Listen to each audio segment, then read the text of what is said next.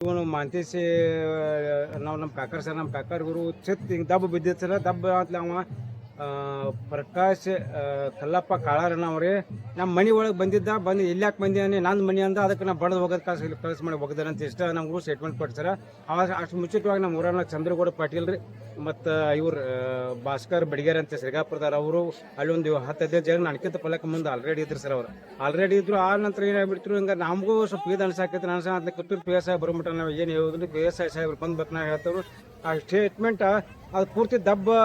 ಚಿತ್ತ ಹಿಂಗೆ ಹೊಳಿದ್ಬೇಕು ನಾವು ಹೇಳ್ತೇವೆ ಅಷ್ಟು ಮಟ್ಟ ಇವನು ಸಾಹೇಬ್ರು ಬಂದು ಅದ್ರ ಚಿತ್ತ ಹಿಂಗೆ ಹೊಳಿಸಿ ಸರ್ ಹೊಸಣ ಅಂತಿಲ್ಲ ಅಂದ್ರೆ ಅದು ನಮ್ಮ ಕಾಕಾರನ ಆಯ್ತು ಸರ್ ನಮ್ಮ ಕಾಕಾರಾಗಣ ಅಂತಂದ್ರೆ ಆಮೇಲೆ ಅವ ಯಾಕೆ ಮಾಡಿದ ಹೆಂಗೆ ಮಾಡಿದ ಅನ್ಕೋದಾಯ್ತು ಸರ್ ಮಾಡಿದ್ದು ಅಂತ ಉದ್ದೇಶಪೂರ್ವಕ ಅನ್ನೋದು ನಮಗೂ ಡೌಟ್ ಸರ್ ಆದ್ರೆ ಇನ್ನೊಂದೇನು ರೀ ಎಲ್ಲ ಬರೋಬ್ಬರಿ ಮಾಡ್ಯಾನ ಸರ್ ಅವ್ ಹೆಂಗೆ ಮಾಡ್ಯಾನ ಬರೋಬ್ಬರಿ ಅಂದ್ರೆ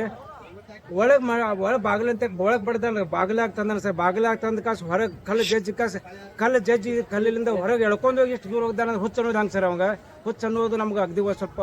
ಪಕ್ಕ ಆಗಿದಾನ ಸ್ವಲ್ಪ ಪಕ್ಕ ಹುಚ್ಚ ಅಂತ ಹೇಳಿ ಸರ್